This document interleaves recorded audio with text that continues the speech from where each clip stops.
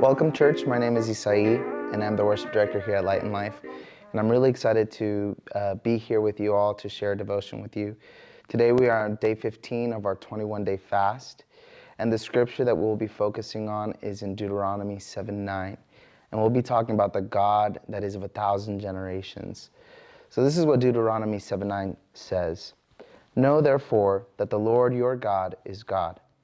He is the faithful God, keeping his covenant of love to 1,000 generations of those who love him and keep his commandments. When I was younger, I used to serve in church. I pretty much grew up in church. And I remember believing that the more I did for God, the more I did to serve him, the more I did to serve his church, the better I was in his eyes, the more grace I was seen in. But the reality, as I started to question things about my faith with God, and the more that he pressed deeper in my life, the more I learned that what God really desires for me is not just for me to do things for him, for me to serve him in volunteerism and in other things, but rather what he wanted from me the most was to be present with him. In this 21-day fast, the thing that I've learned the most is that as I spend time with the Lord, he is the one that fills me with joy, with the peace, with the strength to be able to do the things that I do, to be able to serve him, and to be able to serve him generously. And this is the promise that he tells us in the scripture. He says that he will be faithful to 1,000 generations for those who love him and who obey his commandments.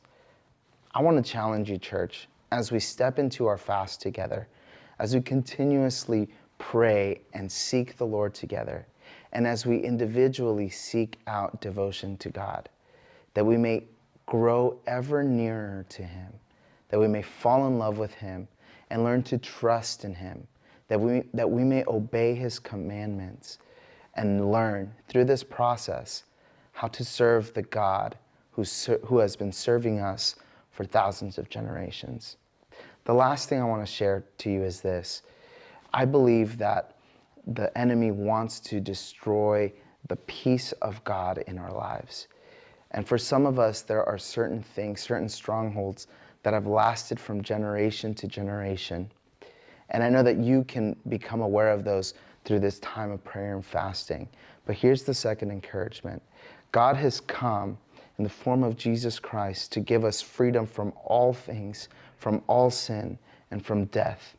And in that process, he is also breaking generational curses.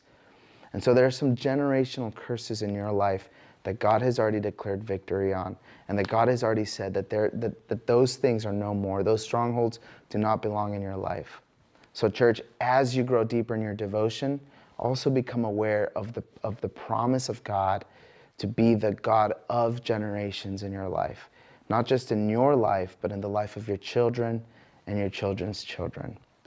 So church, as we continue to devote ourselves to the Lord, as we continue to pray and fast together, let us be reminded of the God of generations who has been with us yesterday, today, and will continue to be with us.